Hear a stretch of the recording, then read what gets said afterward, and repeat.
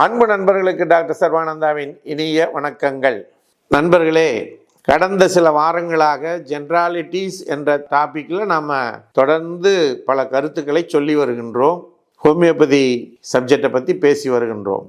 Doctor Hahnemann அவர்கள் ஹோமியோபதியை மிக சிறந்த முறையிலே மருந்துகளை மனிதர்களுக்கு கொடுத்து அவர்களுக்கு நடந்த மாறுதல்களை குறித்து எடுத்து வைத்து அதை முல்லை முள்ளால் எடுப்பது என்ற தத்துவத்தின் அடிப்படையிலே சிகிச்சையை அளித்து வந்திருக்கிறார்கள். டாக்டர் கென்ட் என்கின்ற அமெரிக்க ஆங்கில மருத்துவர் ஹோமியோபதி மேலே பற்று கொண்டு அதை மிகச்சிறந்த அளவிலே வளர்த்தெடுத்திருக்கிறார். அவர் எழுதிய ரெப்பரட்டரி புக்கில் இருந்து தான் நாம் இப்போ இந்த ஜென்ராலிட்டிஸ் அப்படிங்கிற டாபிக் எடுத்து அதை பற்றி விளக்கமாக சொல்லி வருகின்றோம்.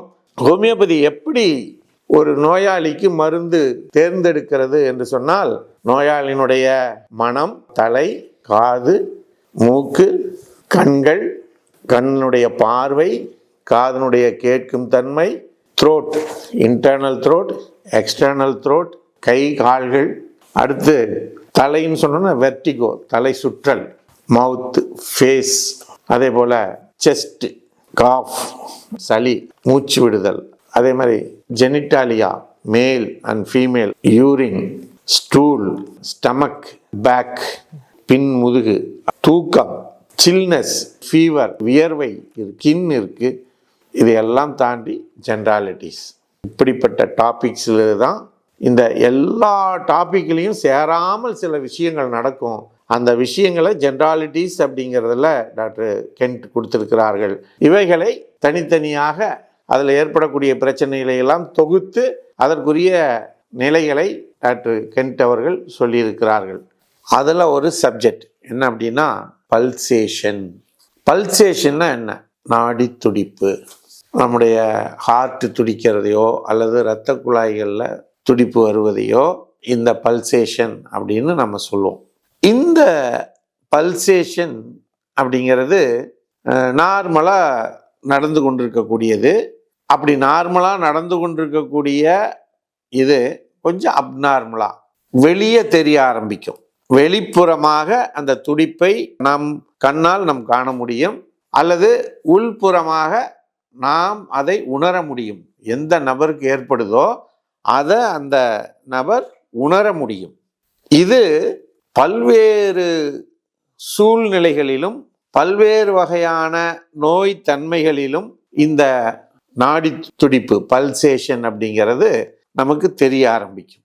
இந்த நாடி துடிப்பு பல்சேஷன் தெரியறது ஹோமியோபதியில் டாக்டர் கென்ட் அவங்க எப்படியெல்லாம் தெரியும், எந்தெந்த சூழ்நிலையில் தெரியும் அப்படிங்கிறத மிக தெளிவாக துல்லியமாக கண்டுபிடிச்சு சொல்கிறாங்க.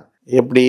காலை, முற்பகல், மதியம், பிற்பகல், மாலை, இரவு, அந்த டைமிங் முதற்கொண்டு வச்சு இந்த துடிப்புகள் தெரியும். இரவு படுத்திருக்கும் பொழுது இந்த மாதிரி காலகட்டங்களில் நேரங்களில் இந்த துடிப்புகள் அதிகமாகிறது, வெளியே தெரியறது அல்லது உள்ள உணர்வது விஷயங்கள் நமக்கு தெரியும் அப்படிங்கிறத டாக்டர் கென்ட் அவங்க சொல்கிறாங்க.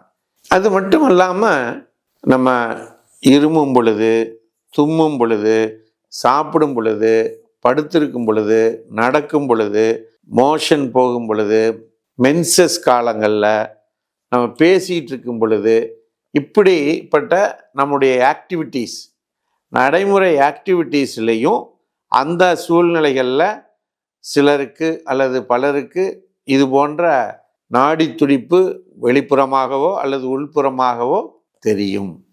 இது சில உடம்பில் இருக்கக்கூடிய பாதிப்பை நமக்கு உணர்த்தக்கூடிய ஒரு அறிகுறி, சிம்டம், சைன்.